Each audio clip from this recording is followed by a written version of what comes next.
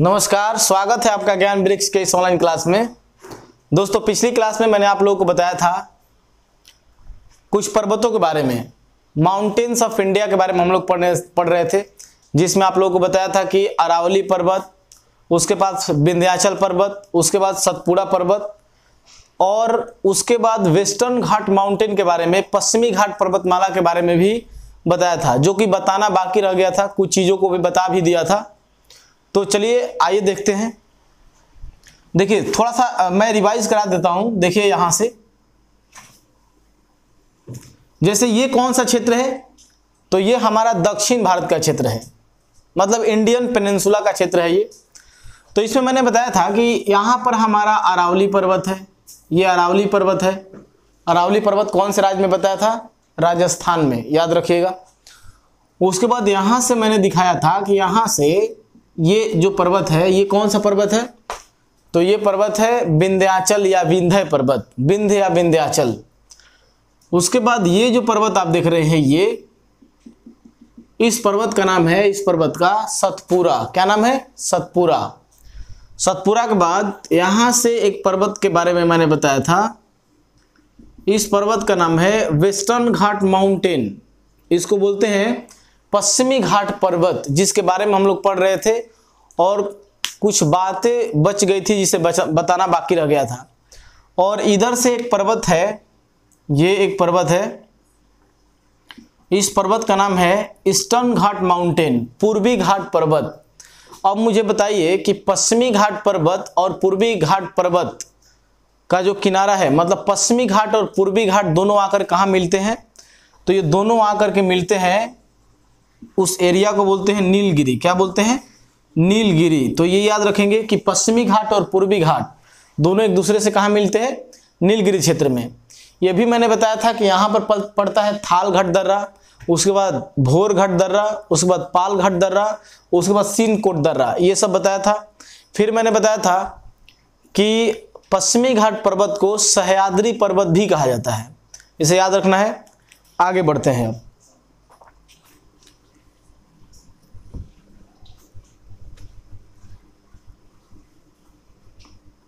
देखिए,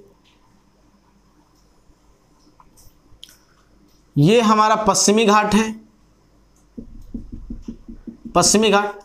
पश्चिमी घाट के बाद यहां पर आपको मिलेगा नीलगिरी। क्या मिलेगा? नीलगिरी, जहां पर आकर के पूर्वी घाट भी आकर मिलती है।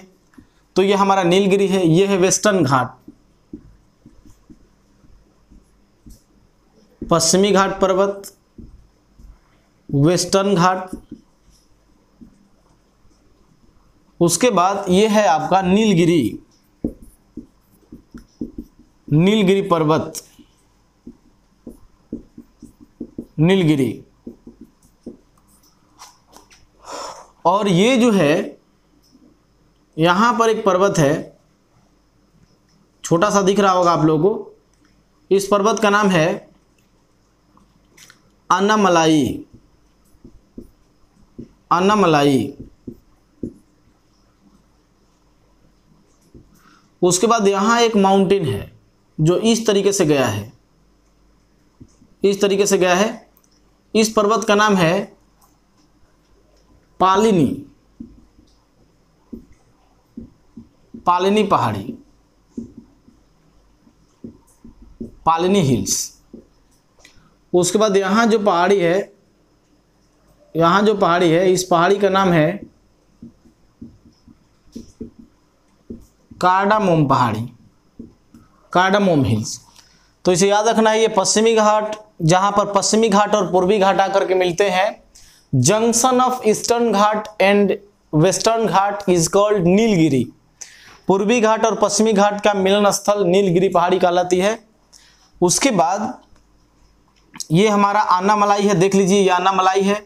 ये हमारा कार्डामोम, कार्डामोम को हम लोग बोलते हैं इलायची की पहाड़ी, याद रखिएगा, इसे इलायची की पहाड़ी भी कहा जाता है। और उसके बाद ये है पालिनी पहाड़ी, पालिनी हिल्स। अब देखिए, यहां पर पड़ता है, इस एरिया में पड़ता है, ये जो एरिया आप देख रहे हैं, इस एरिया में पड़ता है केरल, ये केरल का क्षेत्र है। अब मुझे बताइए कि कार्डामोम की पहाड़ी और अन्नामलाई की पहाड़ी किस राज्य में है? तो साफ साफ देखने में पता चल रहा होगा कि कार्डामोम की पहाड़ी और अन्नामलाई की पहाड़ी दोनों कहाँ पड़ता है, केरल राज्य में पड़ता है। ये बहुत बार एग्जाम में पूछा गया है, आराम से इसे याद रखना है, ठीक है। उसके बाद आप देख लीजिए कि अगर पूछ देगा कि भारत का सबसे दक्षिण में स्थित पहाड़ी कौन सा है, साउदर्न हिल्स ऑफ इंडिया, तो आंसर बताना होगा कार्डामोम। कार्डामोम कार्डामोम जो पहाड़ी है वो पूरे भारत का सबसे दक्षिण में स्थित पहाड़ी है, इसे याद रखना है। अच्छा, अब देखिए ये जो है आपको देख रहे हैं पालनी पहाड़ी, ये केरल, तमिलनाडु और आंध्र प्रदेश तक फैला हुआ है। केरल, तमिलनाडु और आंध्र प्रदेश तक फैला हुआ है, इसे याद रखेंगे, एग्जाम में बड़ा पूछा जाता है।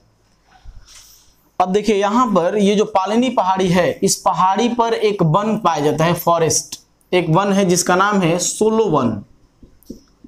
सोलो वन ये कहां पाया जाता है, तो ये पालनी पहाड़ी पर पाया जाता है। ये वन बड़ा फेमस है, सोलो फॉरेस्ट जो है ये इसलिए फेमस है क्योंकि महंगी महंगी जो लकड़ियां है वो सब कहां पाई जाती है, वो सब इसी वन में पाई जाती है। तो महंगी लकड़ी जो भी है, मतलब कहने का है कि जैसे चंदन की लकड़ियां ये सब पाई जाती है यहाँ पर, तो पालनी पहाड़ी में याद रखना है।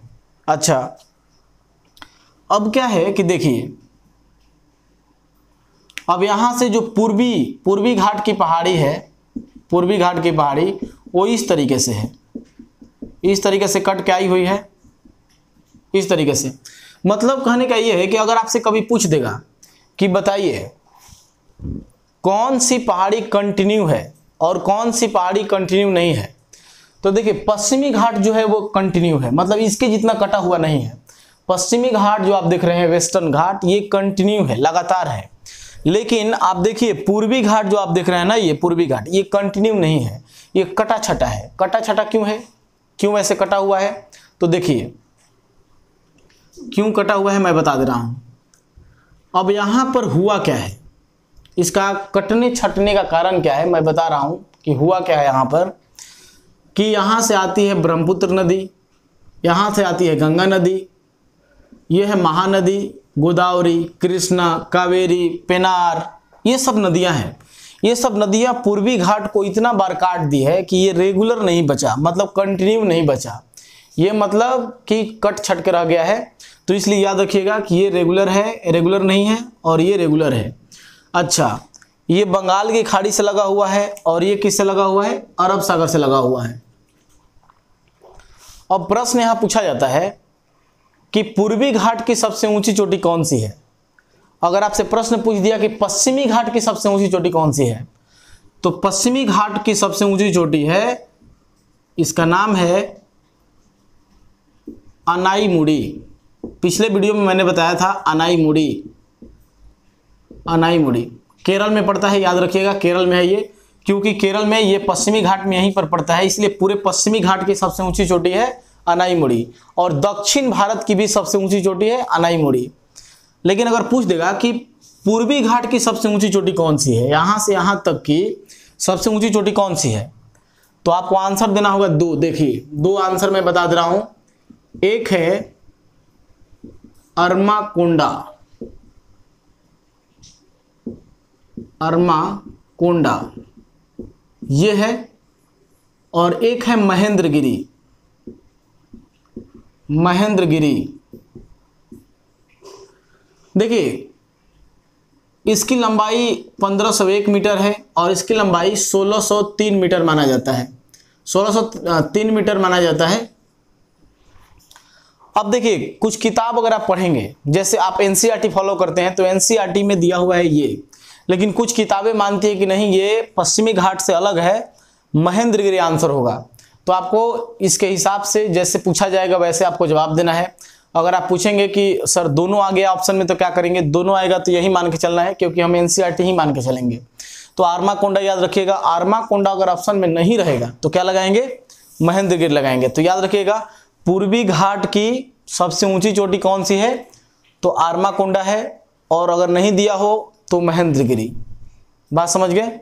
अब देखिए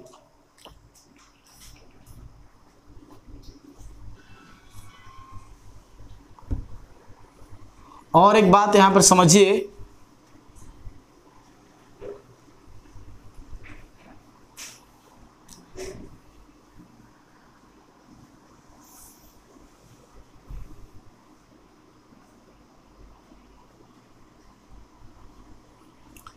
देखिए ये जो एरिया है ये हमारा क्या है, इसको बोलते हैं पश्चिमी घाट, और इसे जो लगा हुआ पर्वत है उसको बोलते हैं पश्चिमी घाट पर्वत। घाट उसको बोलते हैं जो जल के क्षेत्र से लगा हुआ हो, वो कोस्टल एरिया जो जल से लगा हुआ है उसको घाट भी बोलते हैं, तो इसको बोलते हैं पश्चिमी घाट। ये पश्चिमी घाट है, वेस्टर्न घाट। और ये जो एरिया आप देख रहे हैं ये है पूर्वी घाट।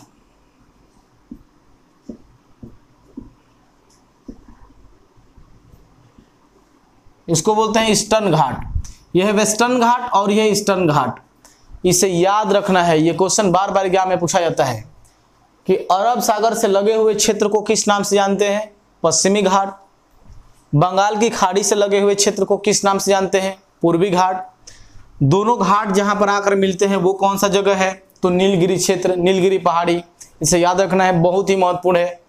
अच्छा, अब इसको तीन तीन भागों में डिवाइड किया गया है जहां से प्रश्न पूछे जाते हैं। तो फिर देखते हैं, इसको तीन भागों में डिवाइड किया है। अब वो भाग कौन कौन से हैं, तो देखिए पूरे पश्चिमी घाट को भी तीन भागों में डिवाइड किया गया है।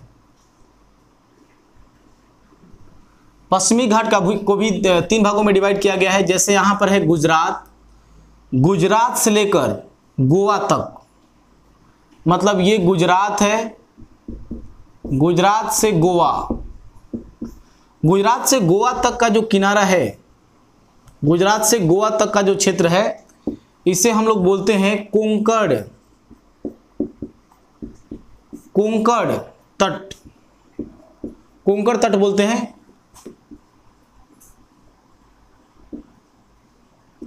कोंकण कोस्ट बोलते हैं, याद रखेंगे, बहुत ही महत्वपूर्ण वीवीआई है, ये बहुत बार एग्जाम में पूछा गया है।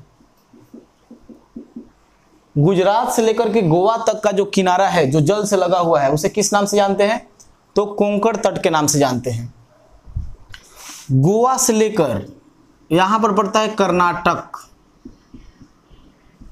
गोवा से लेकर के कर्नाटक तक के तट को किस नाम से जानते हैं, इस तट को किस नाम से जानते हैं, तो इसे बोलते हैं, गोवा से लेकर के कर्नाटक तक के तट को किस नाम से जानते हैं, तो इसे जानते हैं कन्नड़ तट।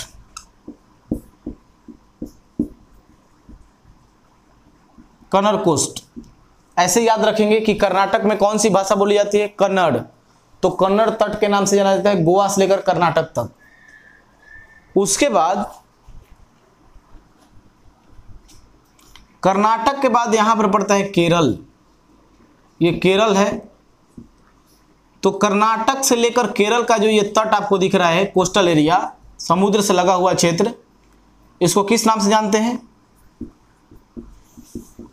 मालाबार तट।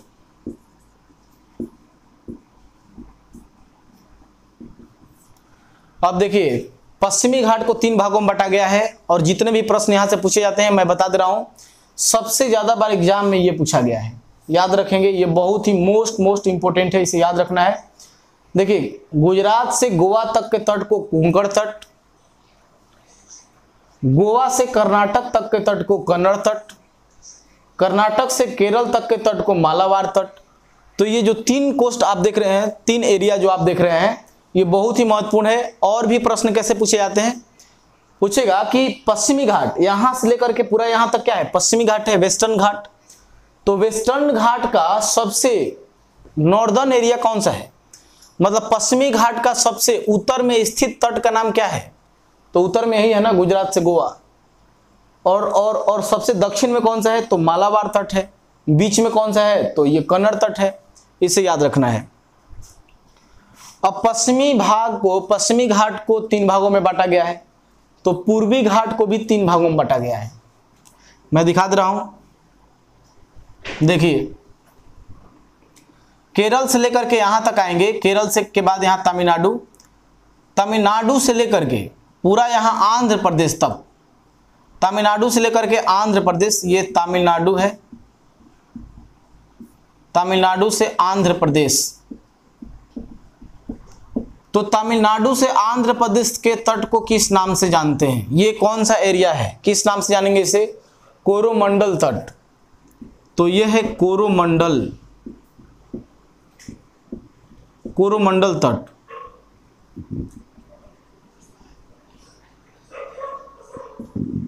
कोरोमंडल कोस्ट है ये, याद रखेंगे बहुत ही महत्वपूर्ण है। जितना महत्वपूर्ण ये है उतना ही महत्वपूर्ण वो भी है।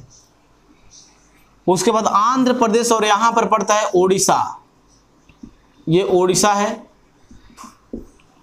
तो आंध्र प्रदेश से लेकर के ओडिशा तक के तट को किस नाम से जानते हैं? तो ये कहलाता है उत्तरी सरकार तट, उत्तरी सरकार तट, इसको बोलते हैं नॉर्थ सरकार।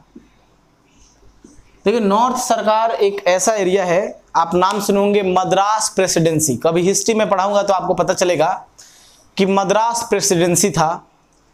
बंबई, बंगाल, मद्रास, ये 3 प्रेसिडेंसी पहले बने थे, अंग्रेजों के द्वारा बनाए गए थे। तो मद्रास इसी का क्षेत्र था। उत्तरी सरकार क्षेत्र में बहुत एरिया आता था, उसमें से मद्रास को निकाल लिया गया बाहर और एक प्रेसिडेंसी बना दिया गया।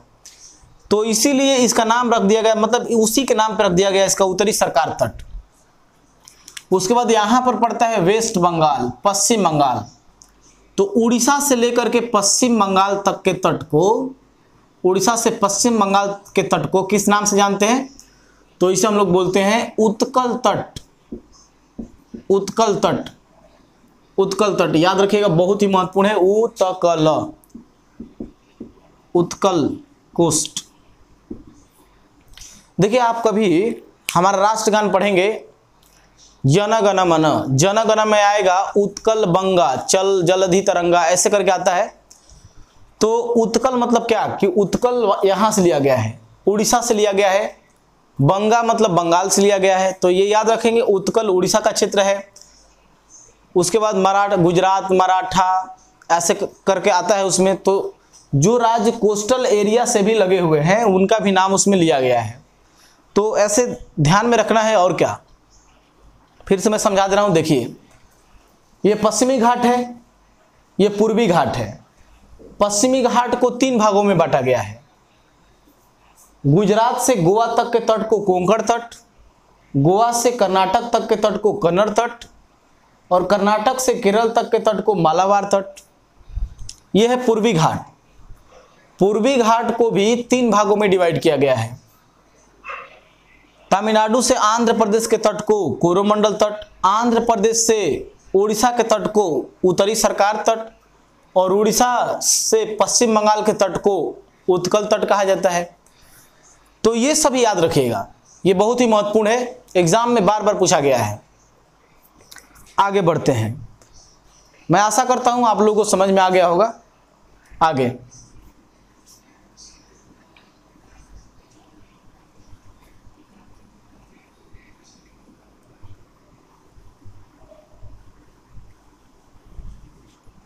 अब देखिए, अब हम लोग चलते हैं, आगे पढ़ते हैं भारत के पठार के बारे में, प्लेट्यू के बारे में। मतलब पठार, पठार होता क्या है? तो अगर आपसे पूछा जाए कि पठार क्या है तो क्या बताएंगे आप? अच्छा एक बात मुझे बताइए कि पर्वत, पहाड़, पठार तीनों में अंतर समझते हैं आप लोग? जैसे पर्वत, पठार, पहाड़। देखिए मैं बताता हूं। जैसे मान लो ये एक एरिया है,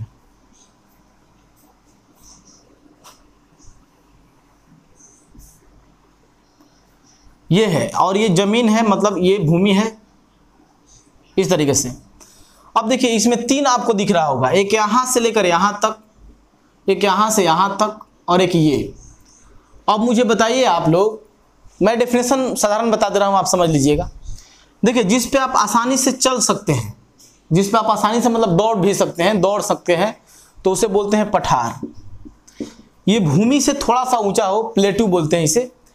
भूमि से थोड़ा सा ऊंचा हो, इस पे आसानी से आप दौड़ सकते हैं, उसे क्या कहता है? पठार, प्लेट्यू। तो ये पठार है। ये जो क्षेत्र आप देख रहे हैं इस पे सिर्फ चल सकते हैं आप, दौड़ नहीं सकते हैं, थोड़ा कठिन होगा दौड़ना, तो इसे बोलते हैं पहाड़ या पहाड़ी। लेकिन ये इस पे ना चल सकते हैं ना ही दौड़ सकते हैं, आप इसे कठिनाई से चढ़ाई करेंगे, फतह करेंगे इसका, तो इसे कहते हैं पर्वत, माउंटेन। तो ये है प्लेट्यू, ये है हिल, और ये है आपका माउंटेन। तो इसे याद रखेंगे, ये बहुत ही महत्वपूर्ण है, क्योंकि अब समझ में ही नहीं आएगा तो फिर पढ़ेंगे कैसे हम।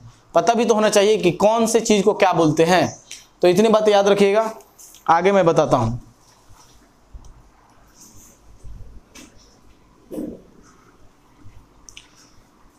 हेडिंग डालेंगे, लिखेंगे इंडियन प्लेट्यू, भारतीय पठार के बारे में, इंडियन प्लेट्यू। तो चलिए शुरू करते हैं। देखिए, सबसे पहले मैं दक्षिण भारत के पठार के बारे में ही बताता हूं। दक्षिण भारत का पठार, देखिए ये साउथ इंडिया हमारा दक्षिण भारत है, दक्षिण भारत। तो जो पठार सबसे पहले बना वो इस तरीके से बना, इस तरीके से बना। ये देख रहे होंगे, डेंटल क्लिनिक दुकान पे जाइएगा तो ऐसे दांत का चित्र बना होता है। देखेंगे इसमें कि ये जो है ना, ये देख रहे होंगे कि ये एक पठार का हिस्सा है। सबसे पहले अगर इंडिया आप देख रहे हैं कि इंडिया की आकृति ऐसी है, तो पहले ऐसी नहीं थी, पहले इस तरह से थी। मतलब कि अभी का भारत आप ऐसा देखते हैं, ऐसा देखते हैं, अभी का भारत ऐसा है। लेकिन सबसे पहले जब बना था तो वो सबसे पहले ये एरिया बना था, ये एरिया बना था, सबसे पहले ये एरिया बना था, इसमें इस तरीके का ये एरिया बना था। मतलब कहने का ये है कि ये एरिया बनने के बाद, ये बहुत पुराना है, ये एरिया बहुत पुराना है। ये एरिया बनने के बाद धीरे धीरे मिट्टी जमा होने लगा किनारे किनारे, और ये क्षेत्र जो है वो समतल मैदान बन गया, ये प्लेन मैदान हो गया जिस पर खेती भी की जाती है। तो ये जो एरिया आप देख रहे हैं ना, ये एरिया एक समतल मैदान के रूप में है। ये एरिया समतल मैदान के रूप में है जहाँ पर खेती आराम से की जाती है। नदियाँ बह करके यहाँ पर डेल्टा बनाती है अपना ये क्षेत्र। और ये क्षेत्र इससे ऊंचा है, ये जो आप देख रहे हैं ना, ये क्षेत्र इससे ऊंचा है। तो कहने का मतलब ये है कि ये निचला क्षेत्र है और ये ऊंचाई का क्षेत्र है। और ये हमारा पश्चिमी घाट पर्वत है, पश्चिमी घाट पर्वत। और मुझे बताइए कि जो लोग इस पे रहते होंगे उनके लिए ये पर्वत होगा, माउंटेन होगा? नहीं।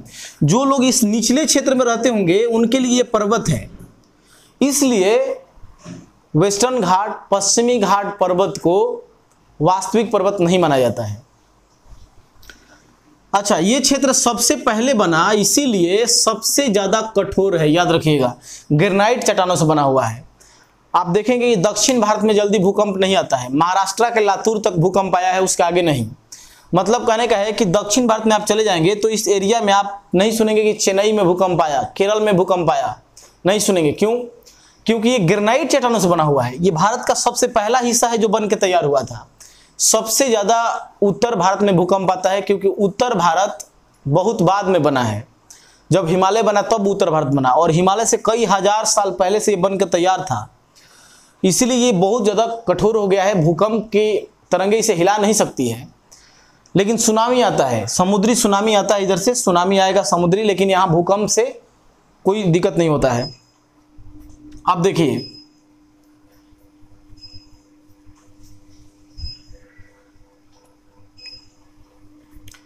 अब इसमें एक पॉइंट और देखते हैं हम लोग कि एक मैंने कल बताया था आप लोगों को गारो, खासी और जयंतिया, गारो, खासी और जयंतिया पहाड़ी के बारे में। तो ये पहाड़ी यहाँ पाई जाती है। जैसे ये पठार बन के तैयार हुआ, यहाँ पर ये पठार बना, इसको प्रायद्वीपीय पठार बोलते हैं, प्रायद्वीपीय पठार। इसको इंग्लिश में बोलते हैं पेनिनसुलन प्लेट्यू। यहाँ आएंगे इंडिया के इस एरिया में, जो नॉर्थ ईस्ट इंडिया का क्षेत्र है, यहाँ पर आपको 2-3 पहाड़ी मिलेगी। एक का नाम है गारो, दूसरी का नाम है खासी, और तीसरी का नाम है जयंतिया। ये तीनों पहाड़ियाँ आपको मिलेंगी कहाँ? मेघालय में। अब मुझे बताइए कि अगर आपसे कभी प्रश्न पूछ देगा कि गारो, खासी, जयंतिया किसके भाग हैं, तो कभी गलती से हिमालय मत बता दीजिएगा कि हिमालय के भाग हैं, नहीं। ये दक्षिण भारतीय पठार जो आप देख रहे हैं ना, प्रायद्वीपीय पठार, इसी का भाग है। ये पूरा यहाँ तक था, लेकिन बीच में इधर से ब्रह्मपुत्र नदी और यहाँ से गंगा नदी के आने से ये बीच में कट गया, ये एरिया मैदान हो गया और ये कट के अलग हो गया। तो इसे याद रखेंगे, यही मुझे बताना था, अच्छे से इसे ध्यान में रखेंगे। कि अगर कभी आपसे पूछ दिया गया कि प्रायद्वीपीय गारो खासी जयंतिया जो है ये किसके भाग हैं, तो ये प्रायद्वीपीय पठार के भाग हैं। अच्छा, ये तीनों पहाड़ी कहाँ पाए जाते हैं? गारो खासी जयंतिया मेघालय। याद रखेंगे, गारो खासी जयंतिया कहाँ पाई जाती है? मेघालय में पाई जाती है। मेघालय में सबसे ज़्यादा वर्षा होती है। याद रखिएगा, पूरे विश्व में सबसे ज़्यादा वर्षा कहाँ होती है? मेघालय में होती है। और मेघालय में इसलिए रेलवे लाइन नहीं है क्योंकि वहाँ पर सारा काम नाव से किया जाता है। वहाँ पर पानी बहुत ज़्यादा जमा हो जाता है, हमेशा वर्षा होती रहती है, बहुत ज़्यादा वर्षा होती है वहाँ पर। मानसी राम का नाम सुने होंगे, मासिन राम का नाम सुने होंगे वहाँ पर। तो वहाँ पर मासिन राम में सबसे ज़्यादा वर्षा होती है, वो खासी की पहाड़ी में पड़ता है। वहाँ पे कारण ये है कि पहाड़ी का जो बनावट है ना, मेघालय में जो पहाड़ियों का बनावट है वो कीप के आकार का है, इस तरीके का है। वर्षा आने के बाद वो सभी एक जगह इकट्ठा होने लगते हैं तो पानी ज़्यादा हो जाता है वहाँ पर। 1100 सेंटीमीटर, याद रखिएगा, लगभग 1100, एग्जैक्ट होता है 1080 सेंटीमीटर, लेकिन याद रखेंगे एग्जाम में ऐसे ही पूछा जाता है। 1100 सेंटीमीटर पर ईयर होता है वहाँ बारिश, याद रखना है। आगे बढ़ते हैं।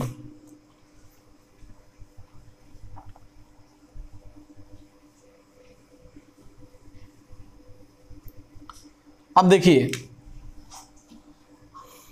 अब ये जो हमारा इंडिया है,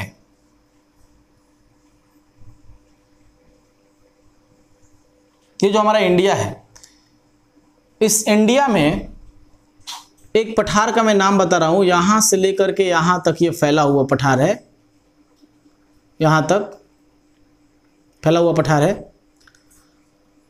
इस पठार का नाम है छोटा नागपुर का पठार। छोटा नागपुर का पठार बहुत ही महत्वपूर्ण है, छोटा नागपुर का पठार। अब छोटा नागपुर का पठार कहाँ पड़ता है, कौन से राज्य में है? तो देखिए, छोटा नागपुर का पठार पड़ता है झारखंड में। छोटा नागपुर का पठार कहाँ पड़ता है? झारखंड में पड़ता है। लेकिन क्या आपको लग रहा है कि झारखंड में सिर्फ है? नहीं, अगर जनरली पूछा जाएगा आपको तो आप लगाएंगे झारखंड में, लेकिन छोटा नागपुर का पठार जो है सिर्फ झारखंड में नहीं है, ये झारखंड से लेकर के पूरा छत्तीसगढ़ तक फैला हुआ है। मतलब यहाँ से महानदी निकलती है तो महानदी तक फैला हुआ है ये। मतलब रांची, यहाँ रांची जो जगह है, रांची से लेकर के इसका विस्तार कहाँ तक है? महानदी तक है। छोटा नागपुर पठार से होकर के एक नदी बहती है। छोटा नागपुर पठार से एक नदी बहती है, यहाँ से ऐसे होकर बहती है। इस नदी का नाम है दामोदर। दामोदर। तो अगर कभी ऐसे प्रश्न पूछा जाए कि छोटा नागपुर से के पठार से होकर कौन सी नदी बहती है, छोटा नागपुर के पठार से होकर के कौन सी नदी बहती है, तो आंसर क्या लगाएंगे दोस्तों? दामोदर नदी लगाएंगे। अच्छा, छोटा नागपुर पठार में बहुत सारा कोयला क्षेत्र है, मतलब कहने का कोयला का एरिया है, कोयला से भरा हुआ है, मतलब मिनरल से भरा हुआ है, सिर्फ कोयला नहीं, आप लोहा, उसके बाद तांबा, कोयला, इन सब क्षेत्र से भरा हुआ है ये। इसीलिए अगर कभी प्रश्न पूछा जाए कि भारत में खनिज संसाधन के मामले में सबसे भरा हुआ क्षेत्र कौन सा है, तो आंसर होगा छोटा नागपुर का पठार। इसलिए इसे भारत का रूर कहा जाता है। भारत का रूर कहा जाता है, रूर ऑफ इंडिया। इसे भारत का रूर कहा जाता है। भारत का रूर किसे कहा जाता है? तो भारत का रूर कहा जाता है छोटा नागपुर पठार को। क्यों? क्योंकि खनिज संसाधन की दृष्टि से सबसे मतलब भरा हुआ क्षेत्र है, धनी क्षेत्र माना जाता है खनिज के मामले में। अच्छा, रूर नाम जो है ना, रूर एक क्षेत्र है जर्मनी में। जर्मनी में बहती है राइन नदी। जर्मनी एक देश है यूरोप में, जर्मनी में एक बहती है राइन नदी। विश्व में आंतरिक व्यापार के मामले में सबसे व्यस्त नदी मानी जाती है, इंटरनल ट्रेड के मामले में। तो वहां पर जो क्षेत्र है ना, राइन नदी का जो अगल बगल का बेसिन है वो कोयला से भरा हुआ है, तो उस कोयले के क्षेत्र को क्या कहा जाता है? रूर कहा जाता है। इसीलिए विश्व में कोयला नदी के नाम से राइन नदी को जाना जाता है। विश्व में कोयला नदी के नाम से किसे जाना जाता है? राइन नदी को जाना जाता है। लेकिन भारत में भी ये क्षेत्र कोयला से भरा हुआ है, इसलिए इसे भारत का रूर कहा जाता है। और भारत की कोयला नदी किस नदी को कहेंगे? दामोदर नदी को कहा जाता है। दामोदर नदी में बहुत ज़्यादा इंडस्ट्रियल कचरा बह के जाता है। मतलब वो समझिए कि नदी में केमिकल ही बहता है, सिर्फ देखने के लिए वो नदी है, बाकी उसमें मतलब जीव जंतु जीवित नहीं है, इसलिए उस नदी को जैविक मरुस्थल भी कहा जाता है। याद रखिएगा कि दामोदर नदी को जैविक बायोडाइवर्स डेजर्ट के नाम से जानते हैं, जैविक मरुस्थल। तो ये क्वेश्चन पूछा जा सकता है, याद रखिएगा। जैविक मरुस्थल किस नदी को कहा जाता है? दामोदर नदी को कहा जाता है। रिवर सिस्टम मैं उसमें फ्री के वीडियो में डाल दिया हूँ, डेमो लेक्चर में, आप लोग देख लीजिएगा। नहीं अगर दिक्कत होता है उसमें तो मैं फिर से पढ़ा दूंगा रिवर सिस्टम। तो दामोदर नदी को क्या कहा जाता है? जैविक मरुस्थल कहा जाता है। अब बात आती है, प्रश्न ये पूछा जाता है कि छोटा नागपुर पठार की सबसे ऊंची चोटी कौन सी है? तो ये पॉइंट नोट कर लीजिएगा, ये बार बार एग्जाम में पूछा गया है।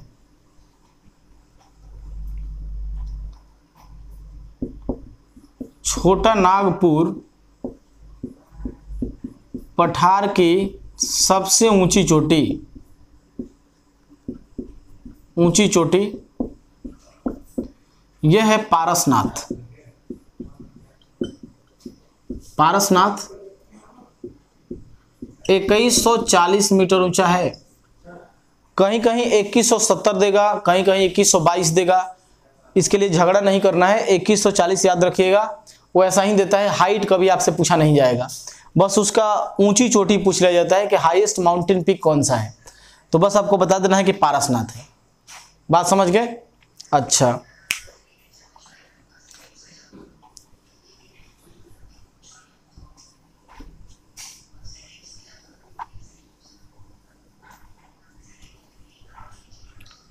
अब देखिए दक्षिण भारत के पठार में एक आपको मिलेगा पठार जिसका नाम है, इस एरिया में महाराष्ट्र के क्षेत्र में, महाराष्ट्र से लेकर के मध्य प्रदेश तक ये पूरा लावा से भरा हुआ है, मैग्मा से भरा हुआ है, और इसका नाम है दक्कन का पठार।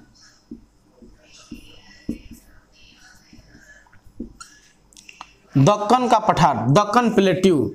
देखिए इसकी खासियत मैं बताता हूं, इसे याद रखना है। दक्कन का पठार, दक्कन का पठार इसलिए फेमस है क्योंकि ये पूरा क्षेत्र जो है ना, ये मैग्मा से बना हुआ है।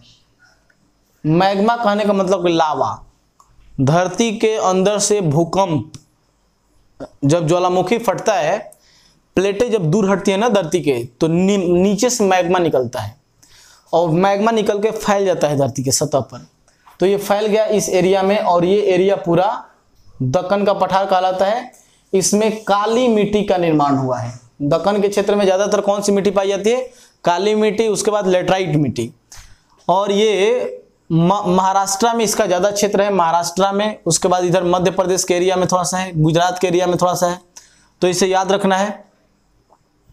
दक्कन के पठार के पूरब में,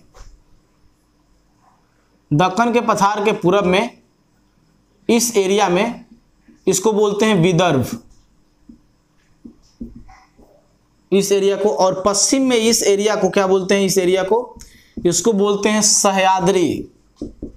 और सह्याद्री किसका नाम है? इसको बोलते हैं सह्याद्री। सह्याद्री किसका नाम है? सह्याद्री नाम है पश्चिमी घाट पर्वत का। तो कहने का मतलब अगर पूछा जाएगा कि दक्कन की पठार, दक्कन का जो पठार है उसके पूर्वी हिस्से में कौन सा है? तो विदर्भ है। और उसके पश्चिमी हिस्से में कौन है? तो सह्याद्री पर्वत है। ये प्रश्न पूछा जाता है। आगे कई बार क्वेश्चन पूछा गया है कि महाराष्ट्र में सबसे ऊंची चोटी कौन सी है? तो याद रखेंगे कालसूबाई, नोट कर लीजिए, कहीं पूछा जाता है। महाराष्ट्र में सबसे ऊंची चोटी, तो ये कालसूबाई, कालसूबाई याद रखेंगे।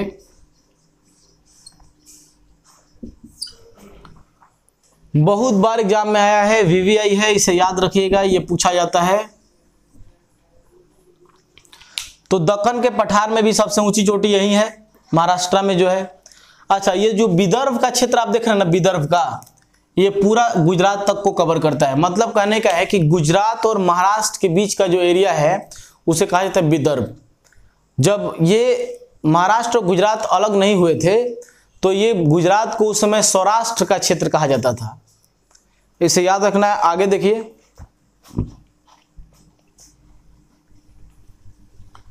अब एक पॉइंट और यहां पे देखेंगे।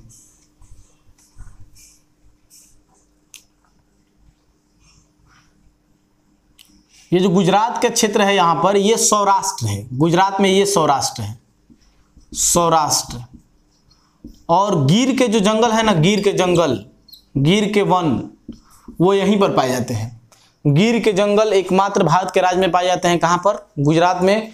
और इसी जंगल में एशियाई शेर पाए जाते हैं। इसी जंगल में एशियाई शेर पाए जाते हैं। इसे बब्बर शेर भी कहा जाता है, बब्बर शेर भी कहा जाता है।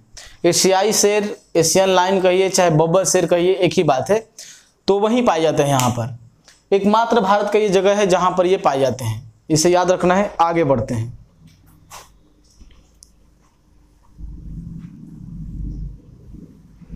अब ये तो समझ गए होंगे कि भारत का रूर क्षेत्र किसे कहा जाता है? छोटा नागपुर पठार को। छोटा नागपुर पठार कहां से कहां तक फैला हुआ है? रांची से लेकर के महानदी तक फैला हुआ है। सबसे ऊंची चोटी कौन सी है? तो सबसे ऊंची चोटी है आपकी कौन सी? नाम है उसका पारसनाथ। दक्कन के पठार में सबसे ज्यादा लावा से बना हुआ है, मैग्मा और लावा से, याद रखना है। तो यहाँ पे चट्टान कौन सी मिलेगी? जैसे कभी कभी पूछा है, चट्टानें जो होती है ग्रेनाइट चट्टानें होती है, उसके बाद आपका अवसादी चट्टानें होती है, उसके बाद आपका क्यांत्रित चट्टानें होती है। तो यहाँ पे किस प्रकार की चट्टानें पाई जाती है? तो यहाँ पे मतलब समझिए कि लावा मैग्मा जहाँ पर निकलता है वहाँ पर आग्नेय चट्टानें भी पाई जाती है और क्यांत्रित चट्टानें भी पाई जाती है। अब देखिए, अब एक है मालवा का पठार। मालवा यहाँ पर पड़ता है इस एरिया में, मध्य प्रदेश के क्षेत्र में, मध्य प्रदेश और छत्तीसगढ़। तो ये याद रखेंगे, मालवा का क्षेत्र जो है ना, मालवा, मालवा का पठार, मालवा का पठार छत्तीसगढ़, छत्तीसगढ़ और कहाँ है? मध्य प्रदेश में। पहले एक ही में था लेकिन अब दोनों अलग अलग हो गए। छत्तीसगढ़ और मध्य प्रदेश में है। प्लेट्यू ऑफ मालवा कहाँ है? छत्तीसगढ़ और मध्य प्रदेश में है। इसका भी निर्माण किससे हुआ है? इसका भी निर्माण किससे हुआ है? तो ये ज्वालामुखी चट्टानों से हुआ है, ज्वालामुखी चट्टानों से हुआ है। वोल्केनिक रॉक से या वोल्केनिक इरोजन से हुआ है। याद रखिएगा, वोल्केनिक इरप्शन से हुआ है इसका निर्माण, ज्वालामुखी चट्टानों से। इसी में पाई जाती है आपकी मैकाल की पहाड़ी। मैकाल की पहाड़ी मालवा के पठार में ही पाई जाती है, इसे याद रखना है। मालवा के पठार के बारे में कुछ ज्यादा नहीं याद रखना है। लावा वाले चट्टानों से बना हुआ है जो मैग्मा से बनता है, और इसमें जो भी चट्टानें होगी क्यांत्रित आग्नेय चट्टानें पाई जाएंगी। उसके बाद एक है धारवाड़ का पठार। धारवाड़ का पठार, धारवाड़ का पठार यहां पड़ता है, इस एरिया में पड़ता है, इस एरिया में। और ये कर्नाटक का क्षेत्र है, कर्नाटक का क्षेत्र। तो धारवाड़ का पठार, धारवाड़ प्लेट्यू जो पाया जाता है वो कर्नाटक में पाया जाता है। और आप लोगों को पता होगा कि कर्नाटक में सोने के दो प्रमुख खान हैं, एक हट्टी और एक कोलार। सोने की खान, सोना मतलब स्लीपिंग नहीं, गोल्ड, सोने की खान। एक है कोलार, कोलार और दूसरा है हट्टी। तो कोलार और हट्टी की जो माइंस है वहां पर, जो खाने हैं, वो कर्नाटक में पाई जाती है। सोने की खान कोलार हट्टी कहाँ पाई जाती है? कर्नाटक में। इसका मतलब कि ये जो चट्टान है ये धारवाड़ चट्टानों से खुद बना हुआ है। तो धारवाड़ का जो पठार है, धारवाड़ की चट्टान में, तो अगर पूछा जाए कि लोहा जो है, लोहा नहीं सॉरी, सोना, गोल्ड, वो किस प्रकार के चट्टानों में पाया जाता है? तो याद रखेंगे धारवाड़ चट्टानों में, धारवाड़ टाइप की चट्टानों में। इसे याद रखेंगे। इस पठार के पश्चिमी हिस्से में बाबा बुदन की पहाड़ी तथा ब्रह्मागिरी की पहाड़ी स्थित है। इसके पश्चिमी हिस्से में बाबा बुदन बाबा बुदन तथा ब्रह्मागिरी की पहाड़ी है। इसे याद रखेंगे, इसके पश्चिम में बाबा बुदन तथा ब्रह्मागिरी की पहाड़ी स्थित है। तो यहां तक था पठारों के बारे में। इतनी बात अगर आप जानते हैं तो आप एग्जाम निकाल लेंगे, आप ज्यादा टेंशन मत लीजिए। क्योंकि देखिए, अगर आप पीसीएस लेवल का एग्जाम देते हैं तो उसमें थोड़ा सा डिटेल्स पढ़ना होता है, लेकिन बाकी का कोई भी एग्जाम पीसीएस का प्री तक का आराम से हो जाएगा। मेंस में थोड़ा पढ़ना पड़ता है अच्छे से। जैसे आपको मालवा के पठार के बारे में पूछा जाए तो 200-250 शब्दों में लिखने आना चाहिए। अगर पर्वतों के वर्गीकरण के बारे में पूछा जाए कि किस किस एज में पर्वत बने हैं तो उसको 200-250 मतलब आपको शब्दों में लिखना होता है। लेकिन ये सब एग्जाम जो निकालना है वनडे एग्जाम, तो आप इतना काफी है। इतना अगर आप जानते हैं तो आप एक बहुत अच्छे जानकार आदमी हैं। अब हम लोगों का बचता है रिवर सिस्टम के बारे में। तो पहले आप लोग बताइए कि मैं रिवर सिस्टम पढ़ाऊं या छोड़ दूं, क्योंकि रिवर सिस्टम मैंने उस वीडियो उसमें डाला हुआ है, आप देख लीजिएगा कि जो डेमो लेक्चर होगा उसमें डाला होगा रिवर सिस्टम। तो अगर उसको देख के समझ में आ जाती है तो ठीक है, अगर नहीं आती है तो आप लोग कहेंगे तो मैं फिर से रिवर सिस्टम पढ़ाने जा रहा हूं, मतलब अगले क्लास में मैं पढ़ा दूंगा। ठीक है, तो आज मैं इतना ही रहने दे रहा हूं। मिलते हैं नेक्स्ट वीडियो में, तब तक के लिए बाय।